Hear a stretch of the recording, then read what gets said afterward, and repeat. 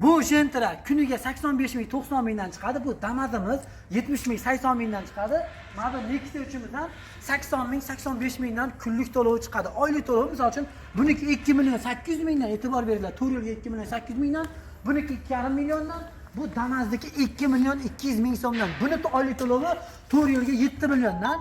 Sababi bu full komplektatsiyada bo'ladi. Hamma funksiyalar bor. Ishoninglar, kapitalniskiy sideniya 7 o'rindiqli. Xullas fullda Malibu 2 dan zo'r. Men o'zim Malibu haydayman. Malibudan zo'r. Bu tomonda Sparklarimiz bor, Damazlarimiz bor. Nargi avtostoyankamizda 100 dan ortiq mashina bor. Sizga nima mashina kerak? Cobaltmi, Gentrami, Sparkmi, Malibumi, nima mashina kerak bo'lsa, o'zimizga keling. Oylik to'lovini arzon narxlarda qilib chiqartirib beramiz.